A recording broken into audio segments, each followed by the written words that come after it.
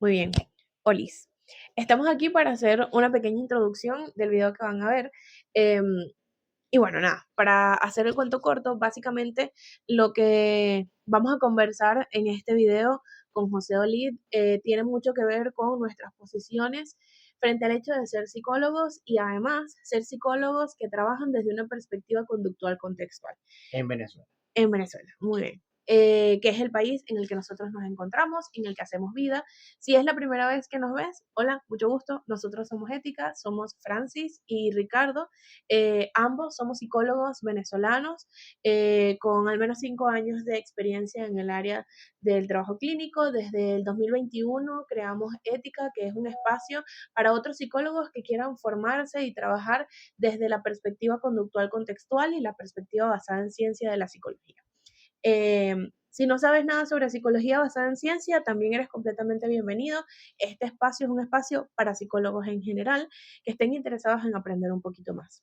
Entonces, nada, básicamente lo que le contaba a José Olid antes de que empezara a responder es sobre nuestro contexto y cómo fue para nosotros el hecho de estudiar en la universidad y que la verdad no conociéramos a profundidad el enfoque con el que trabajamos el día de hoy, sino que al contrario tuvimos que pasar por un montón de procesos de exploración de distintas formas de ver el mundo, por ponerle un nombre, para poder llegar a este espacio con el que hoy en día nos sentimos, más allá de identificados, nos ayuda a poner en práctica nuestros valores profesionales y además de eso a ofrecer un espacio de terapia y de trabajo, de docencia, eh, fundamentado en la responsabilidad, ¿sí? Entonces, nada, creo que, no sé, si no eres venezolano, lo que puedes saber sobre esto es que no vivimos cosas muy diferentes a lo que tú tal vez vivas, ya sea que estés en España, que estés en Latinoamérica, y son estas dificultades con respecto a los mitos que se han normalizado alrededor del conductismo. No voy a decir contextualismo, porque la verdad es que el contextualismo es como que bastante nuevo para las personas, pero eh, nosotros hemos tenido que atravesar eso, ¿sí? De que le contábamos un poco, o yo le contaba un poco sobre que muchas veces nos hemos encontrado en esta sensación de ser unos bichos raros, de estar como fuera de lo que hegemónicamente se hace. Y la verdad es que ética también responde a esa necesidad de conformar una comunidad en la que podamos encajar sin necesidad de juzgar a otros por sus prácticas en la clínica y profesionales, sino más bien como mostrarle lo que nosotros hacemos desde un lugar asertivo, ameno, amable, entendiendo que justamente la forma en que nos comportamos el día de hoy, la forma en que vemos el mundo, también está atravesado por nuestra historia de aprendizaje y que eso es algo completamente válido. Entonces, hablando sobre eso, nada, José nos cuenta un poco sobre cómo ha sido también su experiencia. Creo que solamente puedo decir que fue una experiencia demasiado grata y que espero que puedan disfrutar esta entrevista. Realmente más fue una conversación. Entonces, nada, Ok, ok, agradezco muchísimo la introducción, me ayuda muchísimo a comprender vuestro contexto, los desafíos por los cuales habéis pasado y, claro, pues también las necesidades que podáis estar teniendo, ¿no? Habitualmente, claro, suele ser así. Yo creo que hay aquí, ¿no? Un principio común. Yo creo que todas las personas que estamos ciertamente apegadas al conductismo, a lo contextual, hemos sido algo rebeldes, ¿no? Yo creo que hemos luchado contra lo establecido, ¿no? Hemos sido, ¿no? Los bichos raros acá, las bichas raras ustedes, ¿no? Y las bichas raras quienes sean, ¿no? Entonces, creo que hay, fijaros, am, una persona se acerca al análisis de conducta o al conductismo o a las terapias contextuales no por casualidad, obviamente, sino por causalidad, porque en su historia de aprendizaje han pasado cosas, ¿no? ¿Cómo se explica que X estudiantes se sientan más cómodos en una psicoterapia? Pues no tan con base en la evidencia, ¿no? Quizá, ¿no? Algo más tipo más laxo en ese sentido, ¿no? Como modelos más psicoanalíticos, modelos más pseudocientíficos, ¿no? ¿Cómo es que ocurre eso, ¿no? Mientras que otras personas, bueno, una minoría, ¿no? Ah, nos hemos tendido a pegar más a aquello que, como que más orden, quizá, más sentido, más coherencia y más estructura nos da, ¿no?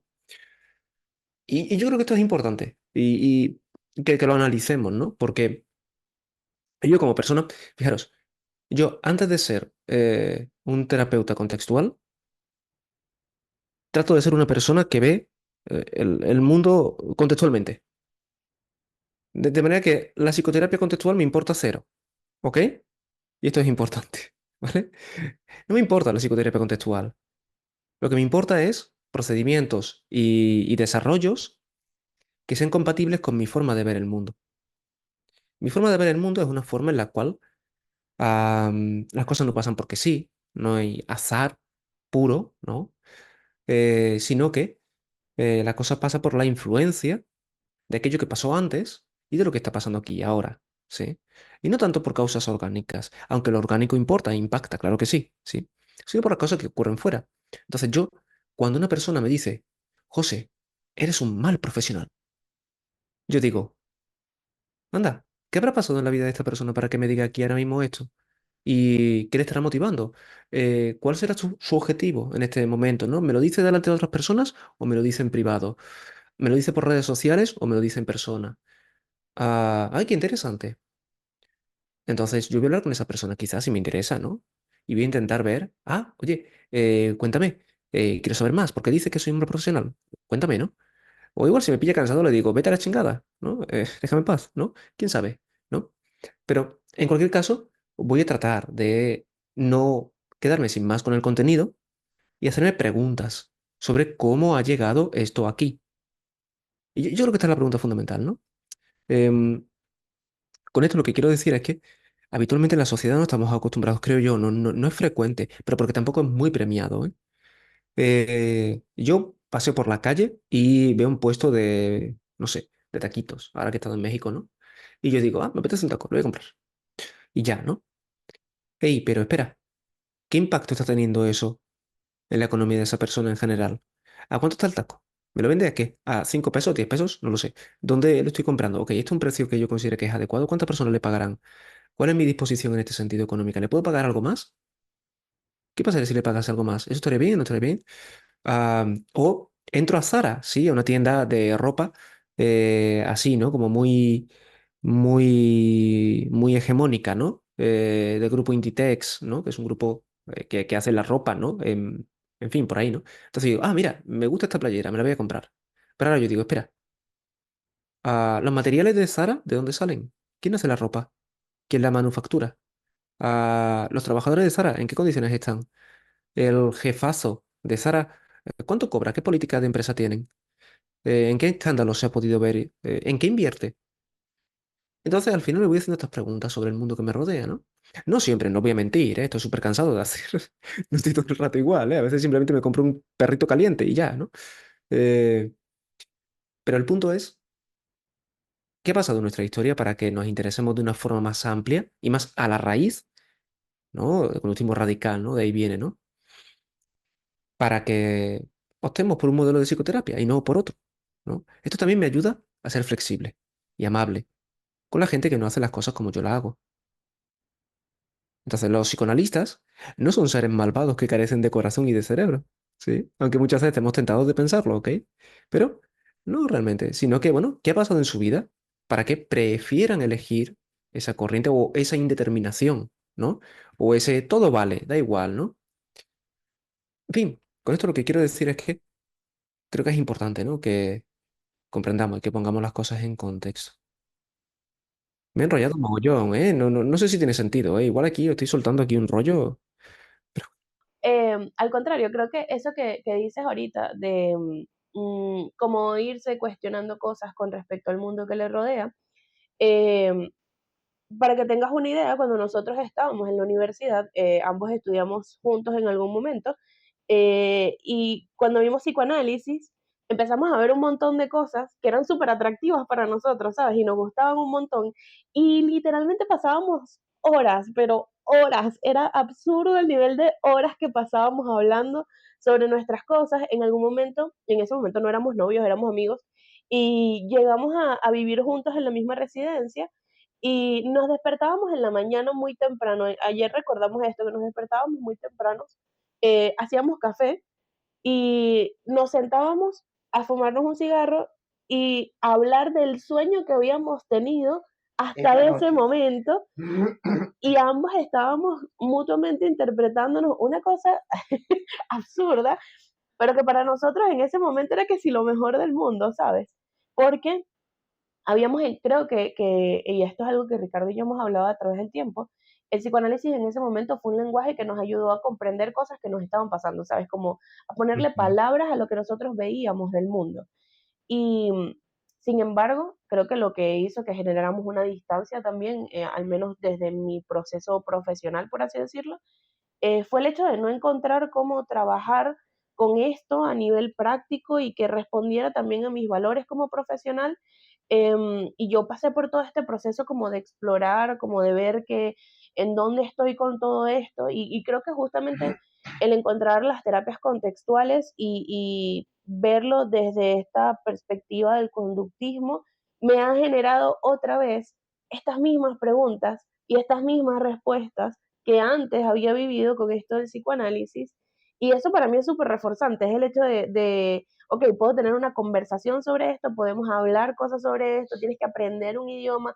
Es como un reto constante, haciendo referencia como, no sé, a esta Francis estudiante que estaba como en este auge de descubrir cosas. Y ahora me encuentro descubriendo un montón de cosas constantemente que no responden a un solo elemento, ¿sabes? Que no son ujú. como, esto es así y ya, sino que hay un mundo por descubrir, y eso genuinamente conecta como mucho conmigo, con la forma en que me he sentido, no sé, más cómoda viendo el mundo tal vez. Y siento que ahora como que tengo esta curiosidad constante y me hago exactamente esas preguntas. Me da demasiada risa porque yo siempre le digo a Ricardo, como nosotros vamos a un sitio y yo me pregunto como, ok, aquí me van a dar un pitillo, yo no estoy muy de acuerdo con utilizar pitillos porque entiendo que es una forma de contaminación.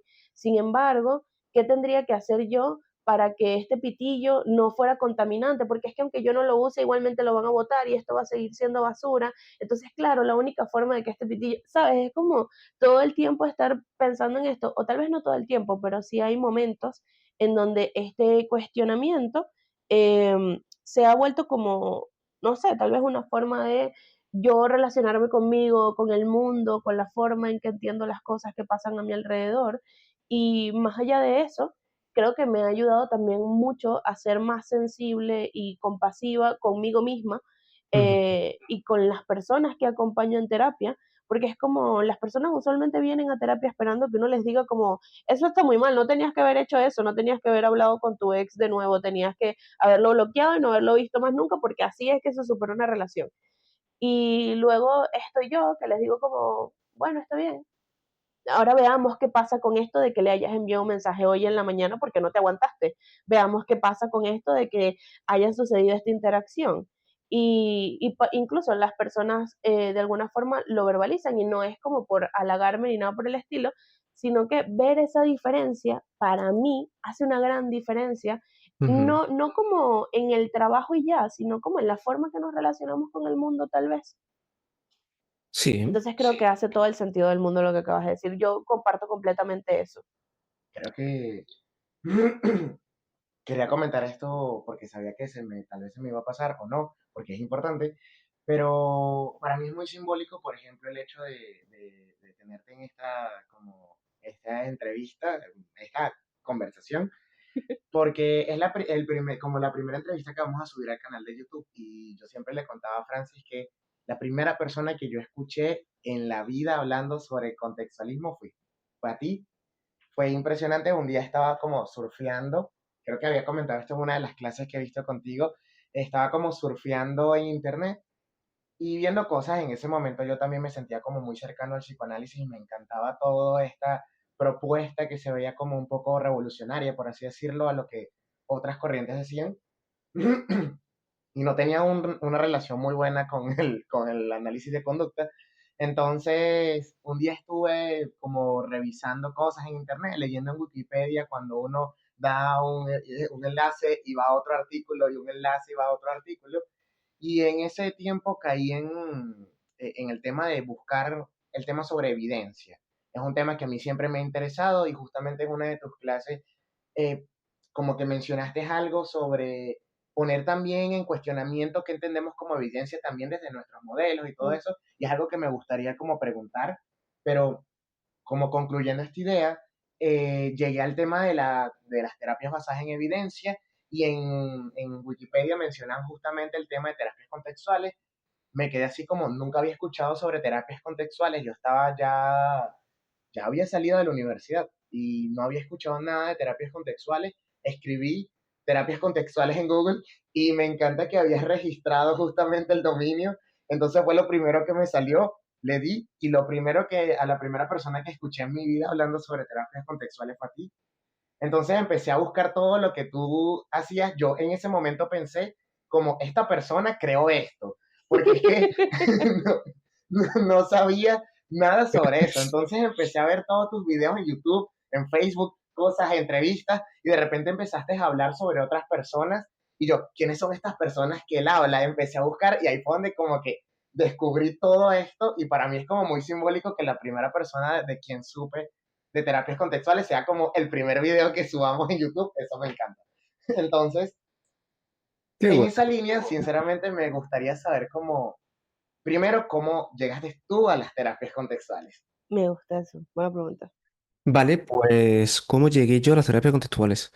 Em, Antes de eso, claro, nos tenemos que retrotraer a cómo llegué yo a la psicología, a la psicoterapia en general, porque yo no he tenido una, ¿cómo decirlo?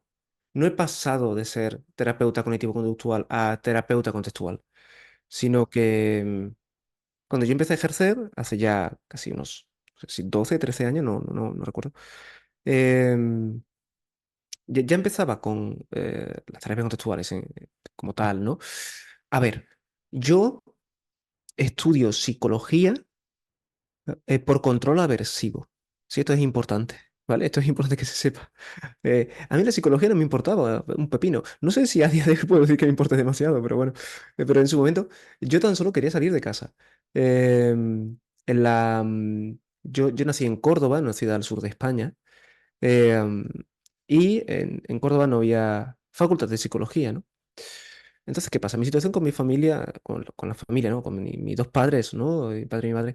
Yo les quiero muchísimo. Son personas a las que quiero, son personas a las que quiero lejos, a las que quiero algo alejados de mí, ¿no? Les quiero muchísimo, sí, pero bueno, son difíciles de llevar yo también, ¿eh? Ojo. Como hijo de mis padres que soy, claro.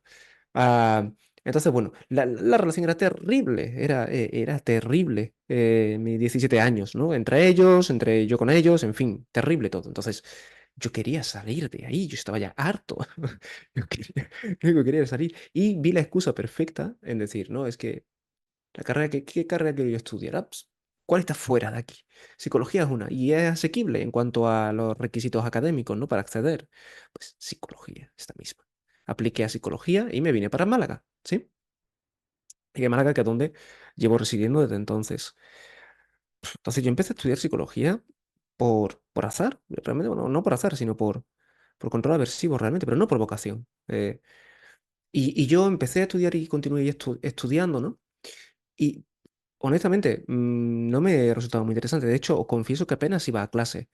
Eh, los exámenes los aprobé gracias a mi exnovia de entonces, que era una estudiante maravillosa y me facilitaba todos los apuntes que yo estudiaba un par de días antes para aprobar el examen. Pero honestamente, mi expediente académico es terrible, ¿eh? Em, entonces, yo te termino la carrera, coincide con que la situación económica de mi familia se va al carajo totalmente, y entonces tengo que empezar a trabajar para vivir. Y digo, ok, estudié psicología, voy a empezar a trabajar de psicólogo. Tengo que comer, ¿sí? Y ya que me he formado en esto, pues bueno, voy a intentar a ver aquí qué pasa, ¿no? Entonces, de nuevo, empiezo a trabajar como psicólogo, pero bajo control aversivo, porque no me quedaba más remedio, ¿sí? Porque si no, no comía, literalmente. Ahí tendría yo, ¿qué? 21, 22 años aproximadamente, sí. Em, entonces, bueno, empecé a trabajar como psicólogo y ahí empecé a coincidir con otras personas, ¿no? Ya en quinto de carrera, que yo empecé a trabajar ya después justamente de las prácticas, ¿sí? Em, en quinto de carrera ya coincidí con un par de profesionales en Málaga, que probablemente os suenen, que son Luis Valero y José Manuel Molinero. que ellos son terapeutas contextuales y de ellos aprendí muchísimo. Eh, entonces, la práctica, yo ya cuando me interesé más en la práctica clínica, yo topé con ellos, topé directamente con ellos y esa fue la práctica clínica que yo empecé, ¿no? A practicar, ¿no? Muy con base en el análisis de conducta, en ACT, sobre todo, ¿eh? En un principio, ¿no? Y también coincidí con Jorge Barraca, por allá, ¿no? Y entonces también empecé a formarme en terapia integral de pareja. Entonces, pues realmente eh, coincidí con estas personas que me transmitieron bastante. En un momento en el cual a mí, la verdad, la terapia no me importaba, me importaba sobrevivir. Y estas personas me transmitieron, ¿no? Una forma de hacer terapia, ¿no? Que era muy afín con cómo yo me sentía con el mundo. En este caso, pues, la parte más contextual y de análisis de conducta y conductismo radical, ¿no? Y a partir de ahí, la verdad es que he sido muy autodidacta. Eh, em, yo no tengo formación reglada en terapias contextuales, sino que he ido consumiendo libros, haciendo muchísimas entrevistas, muchísimas personas, hablando con muchísimas personas, porque y tampoco, sí, sí, sí que es cosa muy diferente, pero era pobre como una rata. Entonces, no tenía dinero para gastar o sea, tenía que elegir entre formarme y comer. Y tengo una pequeña manía de querer comer todos los días. Entonces, eh, claro, entonces me formaba como podía, leyendo muchísimos libros, hablando con muchísimas personas. Yo veía, ¿no? A lo mejor que promocionan un taller con no sé quién. Y yo decía, ¿quién es esta persona? ¿El taller cuándo? ¿El fin de semana? ¿Cuánto cuesta? No puedo, obviamente. Pero esta persona, ¿cómo se llama? ¿Tiene número de teléfono? ¿Tiene correo electrónico? Sí, le voy a escribir, voy a hablar con él. Y habitualmente he topado con profesionales excelentes, muy amables, que han estado dispuestos a invertir una hora en hablar conmigo. Y yo ahí le he hecho preguntas sobre cómo hacer cosas, básicamente, ¿no? Y así me he ahorrado un pastizal, la verdad. Eh, entonces, eh, así es como yo he ido pues, formándome, supongo, y poquito a poquito, pues ya me he interesado también en comunicar, ¿no? Y pues todo lo que yo iba aprendiendo lo iba comunicando. También muy en la línea de que aquello que se aprende no se tiene por qué pagar por ello, la verdad. Es una parte importante, ¿no? De mi forma de ser y de estar en el mundo, ¿no? Y entonces digo, bueno, yo he aprendido esto, personas han sido tremendamente amables y generosas conmigo. Creo, yo me siento en la obligación, ¿no? De devolver lo que yo he aprendido. Y entonces, pues, he tratado de contribuir, de comunicar, en fin, ¿no? Y eso un poco. No sé cómo hemos llegado hasta aquí, pero bueno. Sí, Creo que sí, un Creo poco. que a mí me impresiona un poco esto que dices de que no estabas buscando estudiar psicología. Bueno, me impresiona y no me impresiona, porque honestamente, ejemplo, Ricardo llegó a la psicología porque no quedaba de otra, tipo, intentó otras carreras, pasaron cosas y al final terminó entrando a psicología sin quererlo incluso. Hizo la prueba en la universidad, ni siquiera estudió y entró. Entonces, como que no me sorprende a mal, sino que, mira esto de mis ideas que yo tengo sobre ti, ¿sí? Como que yo veo esa misma pasión las veces que hemos visto clase contigo, he visto también esa misma pasión y la forma en que hablas sobre cómo ves el mundo y la terapia, eh, que a mí también me ha inspirado muchas veces y yo no pensaría como que, claro, en algún momento él no quiso esto, ¿sabes? Entonces creo que eso me lleva a preguntarte como, no sé, identificas cuál fue el momento en el que dijiste como, hey, esto, no sé, es importante para mí, me gusta, encuentro algo en toda esta situación que, no sé, que lo disfruto y qué es eso que disfrutas. Vale. El momento en el cual me pagan y puedo comer. En ese momento, para mí, es definitorio. Es como, tener en cuenta que yo cuando empecé a trabajar, yo dormía en un sofá que me dejaban en la casa de la pareja de mi padre en ese momento. ¿Sí? Es decir, mi situación económica era muy precaria. Entonces, eh, yo no me preguntaba si a mí me gustaba, si me dejaba de gustar, si esto era mi pasión, si no lo era. Yo necesitaba prosperar. Entonces, em, hubiera podido pasar que eso no me hubiera hecho prosperar económicamente o que hubiera tenido que virar profesionalmente. Quizás tuve suerte, supongo. Obviamente, ¿no? Se dieron las condiciones suficientes y necesarias para que yo poquito a poquito despegase económicamente, ¿no? Y entonces, A partir de ahí, ¿no? Pues mi profesión me va, no digo que me vaya gustando, porque honestamente, ojalá no me tuviera que dedicar a la psicoterapia y ahora diré por qué, ¿sí? Y ahora diré por qué, ¿eh? Eh, pero bueno, vi que era una forma buena en general, de ganarme la vida, ¿sí? Ahora, ¿qué pasa? A mí lo que me importa, en general, fijaros, ¿no? Yo, no sé, en vez de, imaginaros, ¿no? Que me hubiera ido mal como terapeuta, hubiera hecho otra cosa y me gusta pensar que hubiera sobrevivido, ¿no? Haciendo, haciendo cualquier otra cosa, ¿no? Pero lo que da sentido a mi vida, en general, es, por un lado, crear, comunicar, estar en contacto con personas, formar parte de y, y disfrutar. Esto es lo que da sentido a mi vida. Entonces, esto lo puedo encontrar en cualquier cosa a la que me dedique mi vida. Me da igual ser psicoterapeuta, puedo ser camarero. Si fuera camarero, seguramente lo que trataría de hacer es, cuando sirvo una copa, cuando sirvo un plato, dialogar con las personas que tengo enfrente, preguntarles qué tal todo, preguntarles cómo se han sentido, si ha sido de su agrado, y seguramente coincidir con muchísimos clientes habituales del restaurante o en el bar en el que yo trabaje, ¿no? Y tener una buena relación con esas personas y sentirme bien, ¿no? Con ello, ¿no? Sintiéndome bien, sabiendo que doy un buen servicio. Y eso me gusta, ¿sí? Y eso me hace sentir bien, ¿no? Al fin y al cabo. Entonces, la psicoterapia para mí es un medio para un fin, pero podría ser cualquier otro, ¿sí? Esto se podría enlazar, ¿no? Esta parte con la parte de valores, ¿no? Cuando hablamos de esto, ¿no? Hablamos de valores, no de metas, ¿no? Ser terapeuta sería una meta, ¿no? Estar en contacto con personas, contribuir y ser acompañado y acompañar sería una dirección valorada, ¿no? En ese caso, ¿no? Quizás se puede enlazar por ahí. Y digo que, decía antes, ¿no? Que ojalá mi profesión no fuera necesaria, ¿no? Ojalá no me tuviera que dedicar a ser psicoterapeuta, porque la psicoterapia en general no fuera necesaria. Considero, ¿no? Que la psicoterapia es el resultado de un sistema social que falla, como los bomberos, ¿no? Cuando hay fuegos. Ojalá no fueran necesarios, ¿no? Quiero decir, eso sería lo deseable, ¿no? Que no hubiera fuegos que apagar, ¿sí?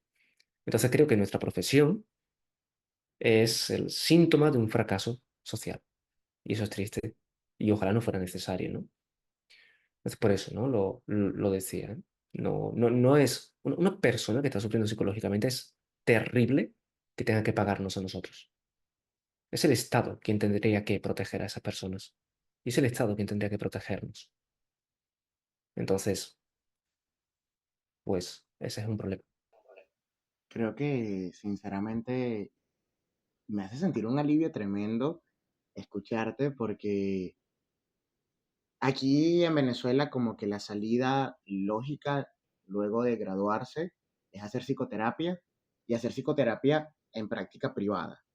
Porque acceder, por ejemplo, a un espacio del Estado es tremendamente complicado y el sueldo, o sea, sinceramente hay personas que ganan $10 al mes por el sueldo del Estado. O sea, nosotros pagamos casi 300 en alquiler. O sea, no puedo trabajar para el Estado.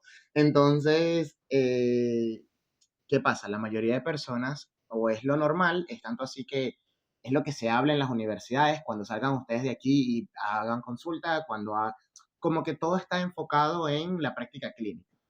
Y de alguna forma, cuando yo llegué a psicología, ya había pasado por otras cosas. Mi interés siempre fueron las ciencias puras, como se llegan a mencionar. Y de alguna forma, cuando empecé a estudiar psicología, me sentía tremendamente decepcionado porque todo se estaba enfocando en qué voy a hacer cuando trabaje con otra persona. Y cuando salí, empecé a trabajar con otras personas, porque era eso, era como necesito comer, necesito, sí, mantenerme y sentía miedo hasta de a veces pronunciar en mi círculo de amigos, porque en mi círculo de amigos todos son psicólogos, y una chica que es contadora, entonces ella es como la contadora y los psicólogos. Entonces, eh, me sentía muchísimo miedo de pronunciar palabras que siempre tenía presentes y es, yo no quiero dedicarme a la psicoterapia. O sea, me siento a veces hasta incómodo en el espacio de psicoterapia porque yo también pienso eso. Es como, primero, ¿por qué? se ha normalizado el hecho de que para poder hablar, aunque sea con alguien, porque muchas personas van a psicoterapia, aunque sea para poder hablar con alguien, y eso solamente me hace pensar y que en qué mundo vivimos, que ni siquiera podemos hablar con una persona, que tenemos que pagar para poder acceder a hablar con una persona.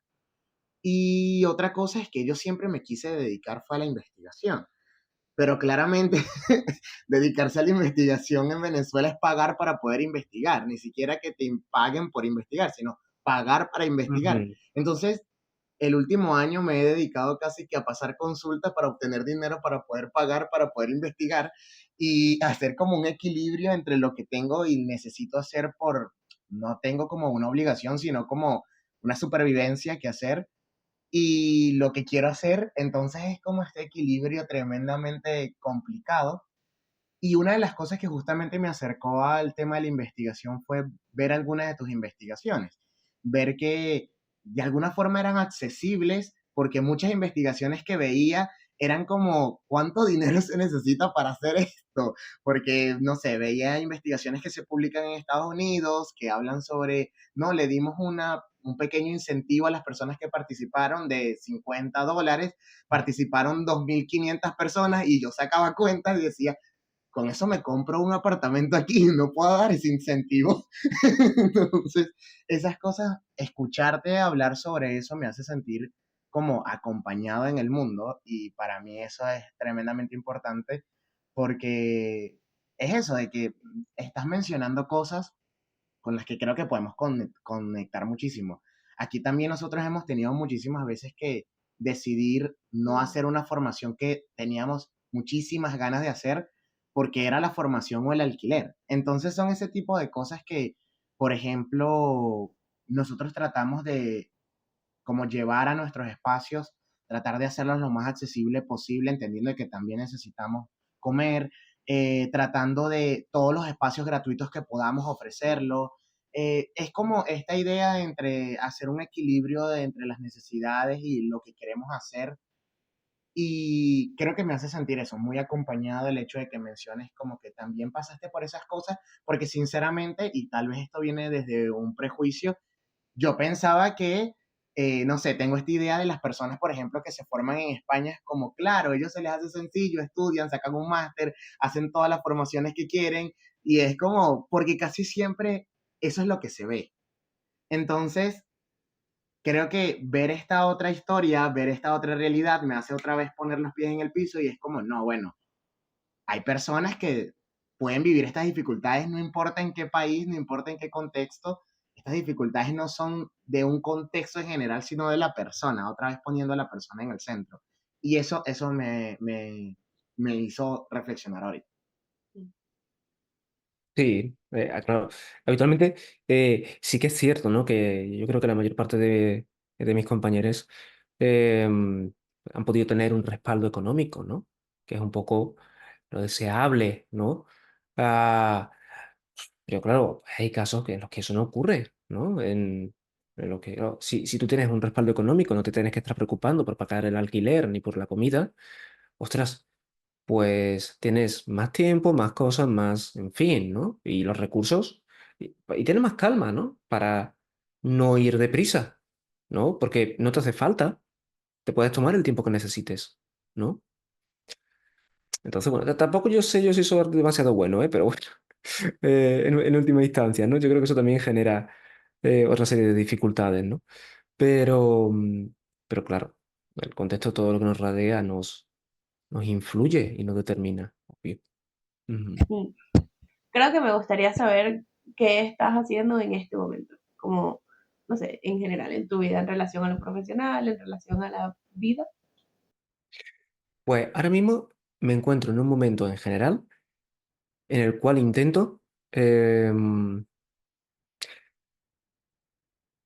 alterar mi estructura vital para... a ver cómo lo expreso, es difícil esto de expresar. Mm, mm, mm, mm. Estoy intentando, porque mira, cuando vas creciendo, cuando vas desarrollándote profesionalmente, ¿no? Y en general en cualquier área en la vida, ¿no? Hay una tendencia de o creces o mueres, ¿sí? Si ganaste 1.000, el mes que viene tienes que ganar 2.000, lo normal. Si ganaste 2.000, el que viene tiene que ganar 3.000, ¿no? Año por año, ¿no? Las empresas, las multinacionales, en fin, cualquier empresa en general, ¿no? Cada año reporta más beneficios que el anterior. Si no, está en problemas financieros, ¿sí? Y eso es terrible, eso es terrible. Porque, fijaros, el coste de la vida aumenta año tras año, ¿sí? Va aumentando año tras año. Entonces mucha gente justifica, ¿no? Subir lo que cuesta su terapia, ¿no? Porque el coste de la vida cuesta. Entonces, oye, es que los alimentos cuestan. Yo cada año tengo que subir 5 euros mi terapia. ¿Sí? ¿Por qué? ¿No? O el alquiler me lo han subido, entonces tal, ¿no? O los intereses de la hipoteca lo han subido, entonces esto, ¿no? Pues bien, mi desafío es parar, no crecer más, no ganar más y gastar menos. Y es todo un desafío, y en eso estoy. Eso es lo que quiero conseguir. Tener un estilo de sobrevivir y de vivir bien, como considero que vivo, eh, que no implique ganar cada vez más ni crecer cada vez más. No quiero eso. Eh, pero claro, eso me obliga a estructurar bien ciertos elementos o todos los gastos que voy teniendo en mi día a día. Voy revisando a ver cómo puedo conseguir tener lo mismo sin pagar más, por ejemplo, ¿no? Y empezar a explorar opciones de sostenibilidad, ¿no? Y al final, poco a poco vas coincidiendo con personas, con empresas, con proyectos que son mucho más horizontales, ¿no? Porque cada vez hay más interés en eso en el mundo, obviamente, y menos mal, ¿no? Entonces, eso es lo que trato de hacer, ¿no? Uno de los compromisos que llevo desde hace tiempo y que espero poder manteniéndolo es no alterar el precio de mi consulta. El precio de la consulta que yo tengo, que son 40 euros la sesión, eh, fue lo que empecé cobrando cuando comencé y no lo he alterado hasta la fecha. Y es algo que quiero seguir manteniéndolo. Eh, y así con bastantes cosas, ¿no? En cuanto a mis servicios, ¿no? Intentar llevar un estilo de vida, lo cual incluye necesariamente lo profesional, obviamente, en el cual no sea necesario crecer más o ganar más para vivir como yo creo que me gusta vivir, ¿no? Y ese es mi desafío, en eso estoy. No sé si con esto respondo un poco. Sí, creo que ahorita que observo como las cosas que hemos conversado y justamente esto que dices hasta ahora, pienso en que probablemente esta conversación se saldría de lo que las personas esperarían de hablar con alguien que, no sé, admiras en psicología, etcétera, porque, y creo que nosotros también hemos estado en esa posición muchas veces, porque las personas esperan respuestas como, estoy haciendo esto que es para justamente crecer esto que me gusta de la psicología, estoy haciendo esto para crecer más mi empresa, para llegar a más personas, para tener más personas que vengan a consulta, para ganar más dinero, para hacer ahora un sistema que haga que esto sea más fácil para mí, yo no tenga que hacer nada, pero sigo ganando más dinero. Y así sucesivamente. Y creo que es como una perspectiva bien diferente de lo que, bueno, hegemónicamente nos enseñan, que es como el Como una visión aspiracional exacto, del eso. psicólogo. Sí, Creo sí, sí, que sí, en sí. algún momento, y creo que ahorita estamos como en el auge de eso, de los psicólogos y psicoterapeutas casi como rockstars, que Sí, tienen unas vidas aspiracionales, que suben estrategias para siempre estar bien, ir al gimnasio, para poder hacer negocios, para mirar lo que estoy logrando. Y de alguna forma nosotros también nos veíamos como inmersos en eso porque en algún momento nos preguntamos como, ¿será que tenemos que hacer eso para poder llegar a Claro. personas? Y eso fue como el momento en donde sentimos que ya estábamos en el borde, fue como, ¿por qué estamos pensando en esto? O sea, pero claro, cuando uno entra a redes sociales y ve las personas que están triunfando en el área, uno ve eso, ve como, mira lo que estoy haciendo para, no sé, para tener más viajes, para poder llegar a más personas. Y Y ojo, no es como que pensemos que esto sea algo que esté, que haya que satanizar directamente o que esté mal, entendemos que, bueno, de alguna forma es lo que para esa persona es valioso y cool, pero pero no conecta con no es lo nosotros. que nosotros buscamos. Y creo que muchas veces, ejemplo, nosotros nos hemos sentido como tal vez en desventaja o en un lugar como, ¿sabes? Como inferior por el hecho de no aspirar a esas cosas. Nosotros no aspiramos a como una posición de opulencia dentro de la psicología. Creemos ambos que en la cultura o gremial de nuestro país está como muy instaurada esta idea de la jerarquía, sobre todo, sin importar qué es lo que hagas, cómo lo hagas, hacia dónde se dirige eso, qué resultados da, cómo sabes que eso que estás haciendo es lo que estás haciendo, o sea, sin una perspectiva de rendición de cuentas, sino que es como, no, pero es que esta persona tiene, ejemplo, 12 años siendo psicólogo, por supuesto que tiene que saber cosas y por supuesto que tenemos que confiar directamente en esa persona. Eh, Está muy instaurada esta idea de que mientras mejor te veas en redes sociales, mejor psicólogo eres. Mm. Entonces, creo que me gustaría como, sé que nosotros no somos las únicas personas que no aspiramos a la opulencia, pero que igualmente nos hemos visto atravesados eh, por estas, no sé, prácticas, por ponerle un nombre. Entonces me gustaría saber cómo, no sé, tú has estado en ese lugar, cómo lo has manejado, cómo lo vives tú.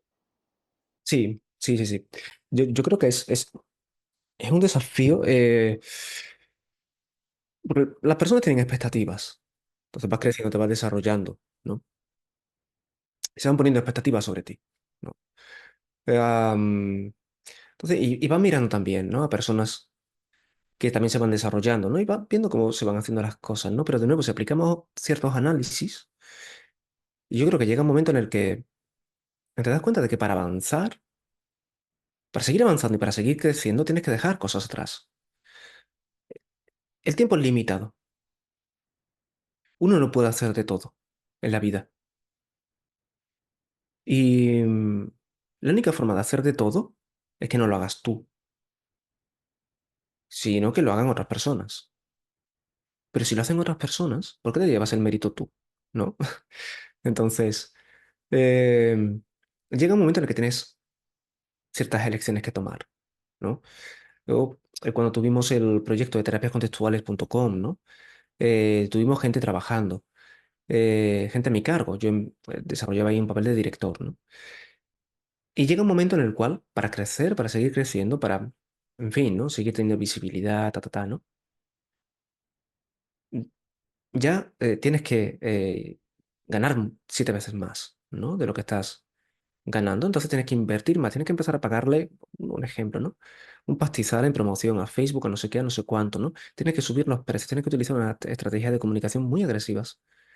Em, y con eso, bueno, se justificaría, ¿no? Que puedes tener más ingresos, por tanto vas a pagar más sueldos, ¿no? Y tú también vas a ganar más, ¿no? Pero tienes que estar apelando a una economía de crear necesidades cuando no existen, ¿sí? Simplemente para que la gente te dé más su dinero. En fin, y llega un momento en el que tú puedes elegir. Llega un momento en el que tú te lo planteas. Al igual que con el mundo académico, ¿eh? Con el mundo académico pasa lo mismo. La academia que tenemos está cimentada en la producción o muerte. Por tanto, tienes que publicar, publicar, publicar. Y tienes que sacrificar muchísimo para publicar, ¿sí? Tienes que gastar dinero y tienes que, en fin, ¿no? Em, entonces, llega un momento en el que, de nuevo, tienes que elegir. Puedes, mejor dicho, elegir, ¿sí? Porque puedes, porque en ese momento la elección está en tus manos. Ahora bien, cada elección que tomes tiene un coste. Yo elegí dejar de crecer y tiene un coste, que asumo. En mi caso, encantado. Yo no quiero eh, morir pensando en que he sido un excelente profesional, en que seré recordado por ser un buen terapeuta, por ser un buen docente. Yo no quiero eso. No quiero eso. Yo cuando me muera, quiero pensar y decir qué he estado haciendo en los últimos tiempos. He estado rodeado de la gente que me importa, he aportado algo, he bebido cerveza rica y fresquita, he comido boquerones al limón y sardinas, que son cosas que me encantan acá en Málaga, he comido taquitos ricos, he estado tranquilo, sí, he dibujado y estoy contento. Y últimamente he hecho buenos dibujos que me han gustado y he pasado tiempo dibujando y compartiendo mi dibujo con otras personas. Si la respuesta es sí, muero en paz. ¿Qué pasa? que para mí, yo digo, vale, pues mi objetivo de vida es poder morir en paz en cualquier momento. Yo me miro a mí mismo y yo, ahora mismo, domingo, a las 5:52 de acá. Y si ahora mismo, de repente, yo espero que esto no pase, pero bueno, si ahora de repente hago la palma, ¿no? En los últimos segundos, ¿vale? En los últimos segundos de conciencia diré, me cago en la leche, qué casualidad. Pero, ¿sabes qué? Ay, estoy en paz, ¿vale? Y la palmo, ¿vale? Y estaría en paz. Yo espero que no me doliera mucho, pero bueno. Eh, este es mi punto. Entonces, yo digo, yo quiero ser una eminencia, yo quiero ser esto, yo quiero ser lo otro. ¿Cuántas cosas hay que sacrificar para ello? ¿Cuántas cosas tengo que dejar a un lado? ¿Qué comportamientos que no considero aceptables tengo que empezar a tener? Eh, no quiero, no quiero. Entonces tomas esa elección. Cualquier persona, y estoy convencido de lo siguiente, cualquier persona que progresa demasiado ha hecho cosas que son dudosas. Nosotros siempre lo Porque decimos. es imposible, quiero decir. Claro, es que en efecto es así. Es que cuando uno empieza como a tener espacios, o sea, el registro de la empresa, empiezas a ver cómo funciona, empiezas a ver cómo las dificultades que uno tiene que vivir para poder llegar a todo eso, uno se pregunta, ok, ¿cómo las otras personas lo han hecho de forma tan sencilla, ¿sabes? O Es han como, tenido, o han tenido muchísimos fondos, ¿vale? Que no son suyos, sino que son de herencia, que son de vete tú a saber qué, ¿eh? O le devienen de otras partes, o un novio o una novia rica, no lo sé, pero, ¿vale? Que financie, o si sale de ti, esto, los emprendedores, ¿no? Que dicen, no, yo me hice a mí mismo. No, tú te hiciste a costa de machacar a otros, por definición, ¿vale? Porque o has recibido dinero de otras personas, entonces no has machacado a nadie porque no te ha hecho falta, porque otras personas te han dado el dinero, tus papás, tus etc., ¿sí? O, oye, que las cosas no salen de la nada, que si empezamos a tirar del hilo y a descomponer y a hacernos preguntas, vamos llegando a qué ocurre. Que quizá tu empresa se sostiene gracias a que pagas una miseria a tus empleados. Eso está normalizado, porque está el discurso de no, es que el emprendedor pone los medios y la idea original, entonces tiene que ganar un pastizal. No, perdona, no, porque quien hace que tu empresa funcione no es tu idea, son los 20 trabajadores que tienes trabajando 12 horas al día. Porque sin ellos, tu empresa se quiebra. Porque tú solo con tu idea te comes los mocos. Entonces creo que esto es importante, ¿no? Habrá gente que haga el análisis y diga, ¿sabes qué? Me merece la pena. Y sigan hacia adelante y crezcan mogollón. Eh, pero yo simplemente no quiero eso. Claro. Que creo que ahí es donde está el punto este que decías de poder elegir cómo hacer las cosas. Creo que esto es algo que encuentro mucho en el espacio cuando acompaño a las personas en terapia, que nos vemos como muy reducidos o marginados a lo que nos han enseñado que deberíamos hacer y nos pensamos a nosotros mismos como entes que solo tienen que responder a estas reglas que ya se han fundamentado socialmente, cuando en realidad muchas veces podemos elegir, claro, es difícil elegir sabiendo que hay una cuota de malestar, un coste, como Mm, bien decías hace un rato, que vamos a tener que vivir, pero de alguna forma, al final siempre podemos elegir, no siempre, pero podemos elegir cómo queremos responder. Y creo que en esta situación en donde Ricardo y yo nos hemos sentido bien privilegiados por la forma en que hemos podido ir como creciendo dentro de ética, fíjate que nosotros tenemos 4 años y nuestra cuenta tiene que sí 1.000 seguidores, 1.700 seguidores, pero son 1.000 seguidores en donde yo te puedo decir que yo puedo reconocer el nombre y la cara de la mayoría de las personas que mm. están allí, porque son personas con las que incluso hemos conversado, hemos hablado. que vienen a nuestra casa, que se toman un café con nosotros, con los que salimos a veces, personas que cuando nosotros estamos pasando un mal momento también nos apoyan y nosotros apoyamos. Y para nosotros eso ha sido como lo más significativo de esta idea de crecer de forma orgánica, de crecer como centrados en, de alguna forma, el El bienestar de bienestar. todos, Mm, ¿sí? Como tratar de que todos estemos en un espacio en donde todos nos sintamos bien y cuando no nos sintamos bien tengamos el espacio para poder mencionar que no lo estamos sintiendo, que no nos sentimos Ujú, cómodos. Y para nosotros eso ha sido como muy significativo y creo que justamente dentro de esta comunidad en general, hablando sobre la comunidad como Contextual, ¿no? contextual, eh, hemos encontrado muchas veces esos espacios. Sí. Claramente siempre hay de todo en todos los lugares, pero hemos conseguido esos espacios porque una de las cosas que, por ejemplo, me hacen pensar sobre esta idea de convivencia es que yo estoy claro que en algún momento de mi vida pasé por esta situación en donde desde conocí el análisis de conducta y pasé por una época de mi vida en donde todo lo demás era malo y solamente esto estaba bien. Y hace un tiempo, ya hace Fue más de una un época año, horrible. sí, fue una época horrible. Fue justamente una época de distanciarnos de muchas personas y todo esto hasta que de repente las contingencias fueron como que, ok, ¿qué pasa? Y nosotros, ok, estamos solos, nos sentimos mal y todo esto, y es como, claro, también esas son consecuencias de nuestras propias decisiones. Y Exactamente. en ese momento fue como, ya va, vale la pena realmente, o sea, vale la pena estar solos, vale la pena no poder contactar con personas, vale la pena estar defendiendo.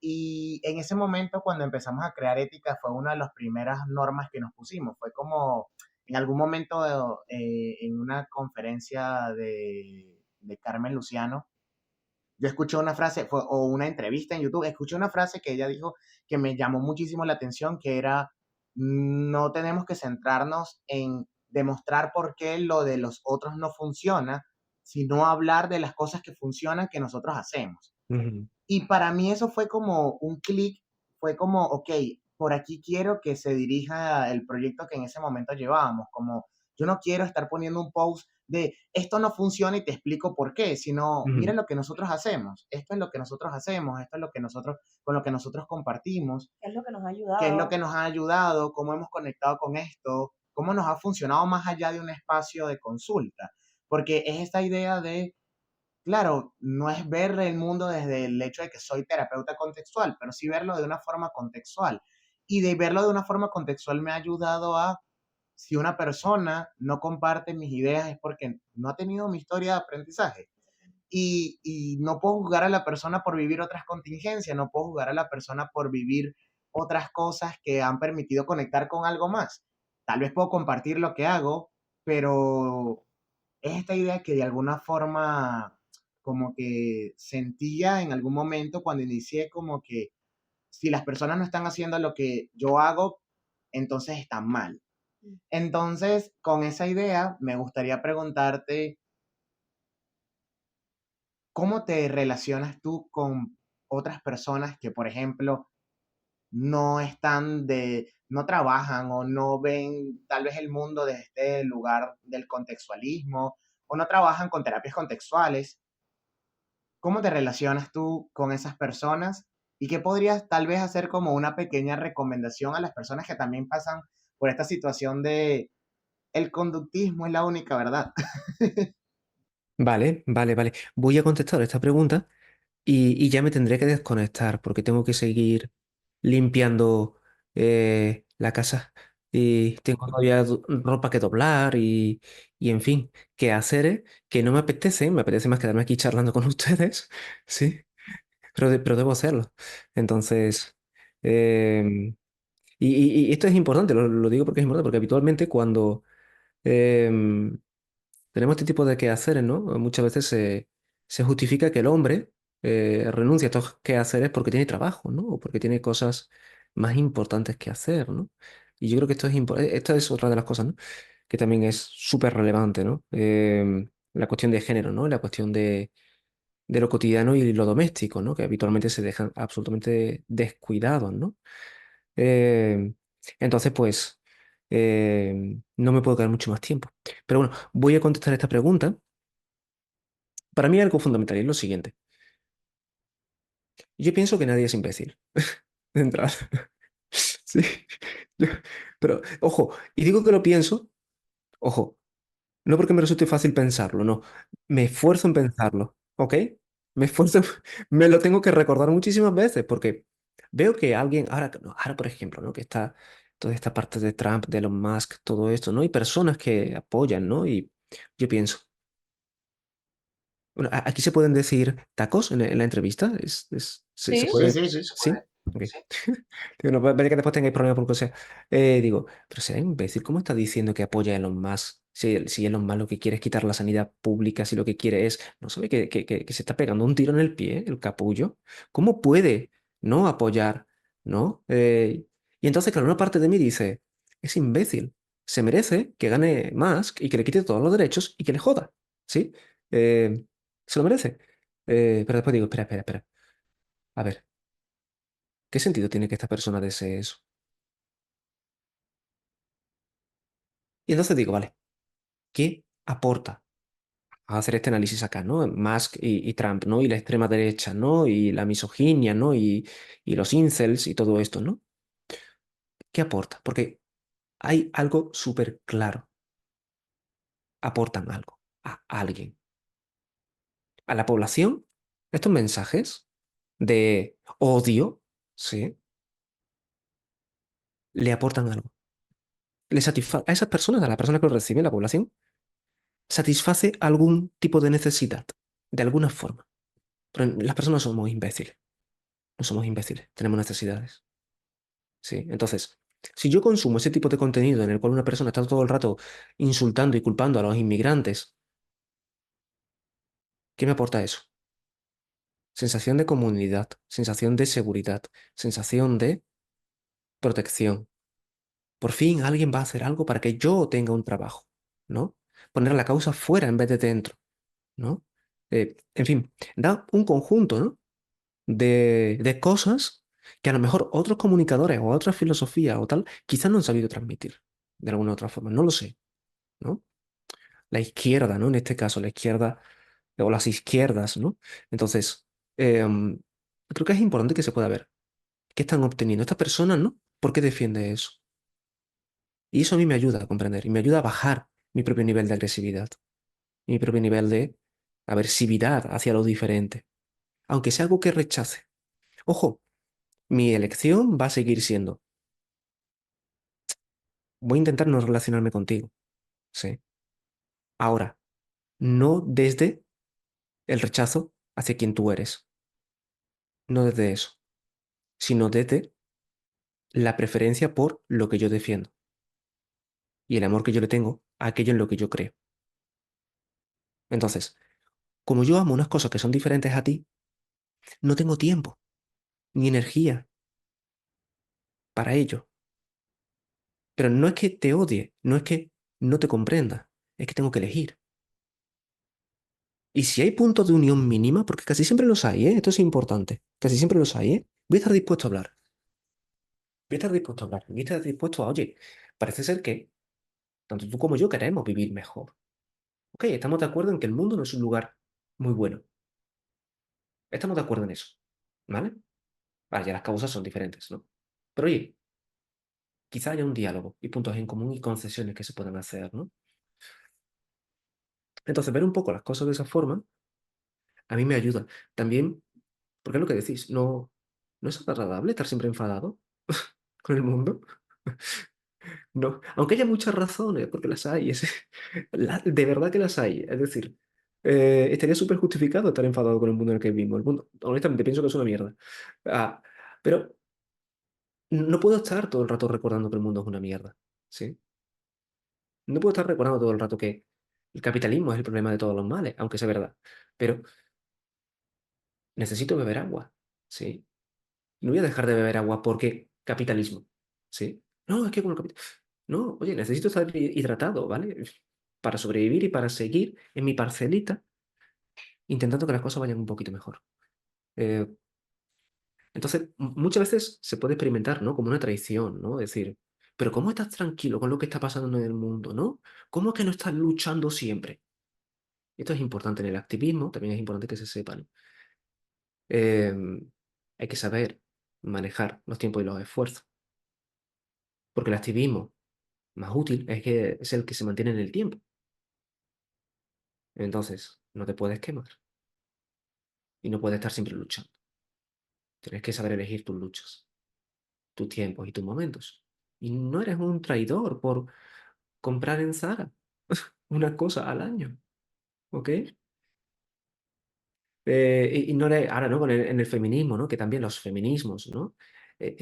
No eres una traidora si estás de acuerdo en practicar el sexo oral a tu pareja, hombre. No, no se trata de eso, ¿ok? No, no ese es el punto. ¿Sí? Cuando el mismo movimiento te restringe a ti, hay un problema. Hay un problema, creo yo, ¿eh? Y esto pues con la ideología, esto con lo que asumimos en nuestra profesión y en general, ¿no? Creo que, y ahí está, ¿no? Esta parte. Debe haber cabida para la flexibilidad. Creo que me gusta eso último, eh, de que debe haber cabida para la flexibilidad y que cuando hay como estas restricciones, entonces no está funcionando porque es también como uno de los principios que incluso ponemos en práctica dentro de la misma terapia con las otras personas y llevarlo a la práctica dentro de nuestro quehacer profesional. eh, Creo que nos ayuda como a tener perspectiva, uno, sobre lo que estamos trabajando y lo que intentamos promover en el espacio, pero dos, también de lo difícil que es muchas veces ocupar esa opción, poder discriminar cuando algo me está restringiendo, como de lo que a mí también me gustaría vivir, de lo que también es importante para mí como profesional. Y pues nada, creo que es una muy buena forma de cerrar el espacio. Estamos realmente agradecidos. Creo que me gusta que esta conversación no haya sido una conversación técnica de qué es conducta. Eh, Me gusta que haya sido una conversación bien ligada a lo que para nosotros nos une muchísimo, a las razones por las que hacemos esto, y creo que nos hace sentir también acompañados en el mundo el hecho de saber que hay alguien más que piensa en las mismas cosas que nosotros, no lo sé. Esperamos que pueda ser como también una forma de acompañar a otras personas. Y nada, muchísimas gracias por compartir esta hora con nosotros. Muchas gracias, en serio. Nada, gracias a ustedes. Ha sido un rato de conversación muy ameno, muy amable. Me ha gustado mucho conocer vuestra experiencia, cómo está siendo para ustedes. Sí. Y, y de verdad deseo que vaya bien, que vaya amable. Sí. Y bueno, cualquier cosa que podáis estar necesitando, sentiros libres de escribirme. Por supuesto, que estamos a un correo electrónico de distancia.